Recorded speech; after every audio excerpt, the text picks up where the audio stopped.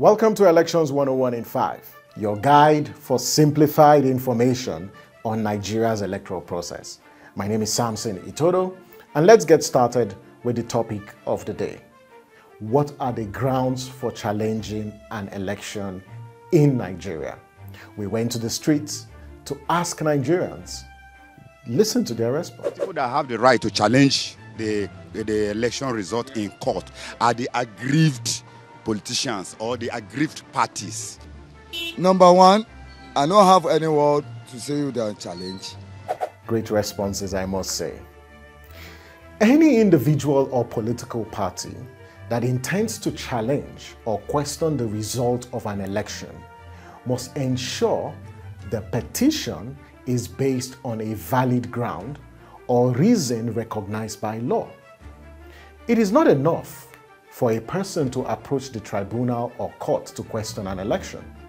He or she must ensure the petition is based on at least one valid ground recognized by the 1999 Constitution or the 2022 Electoral Act. So what then are these grounds or reasons for challenging an election?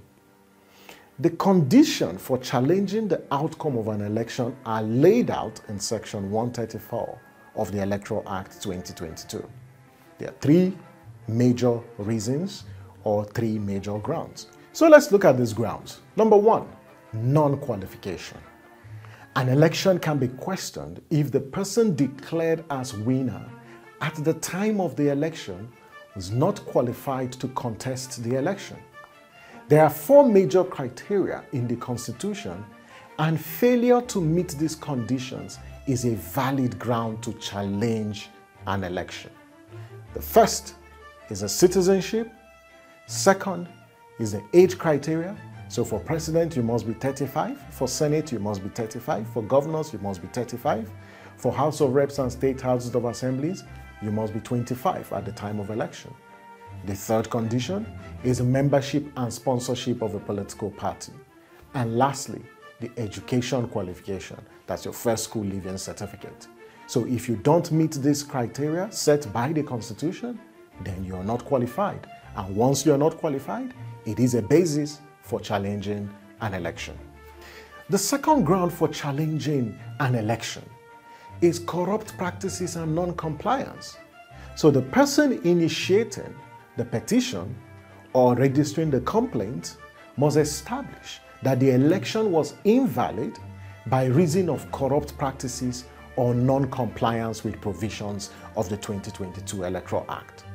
Corrupt practices include electoral offenses like election fraud, bribery, falsification of results, whereas non-compliance includes outright violations of the provisions of the 2022 Electoral Act and the INEC guidelines. The third ground is failure of the person declared a winner to score majority of lawful votes. Now, once the person initiating the petition can establish that the candidate declared by INEC as a winner of an election was not duly elected by majority of lawful votes at the election will be nullified. This ground relates to errors and miscalculation of votes during collation, as well as the exclusion of votes against the person who is filing the petition, and also that the person who was declared a winner failed to meet the legal requirement to be returned as a winner in that particular election. Now, these are the three grounds provided in our 2022 Electoral Act for challenging an election. And these grounds must be relied on if anybody, any candidate or any political party intends to question the outcome of an election.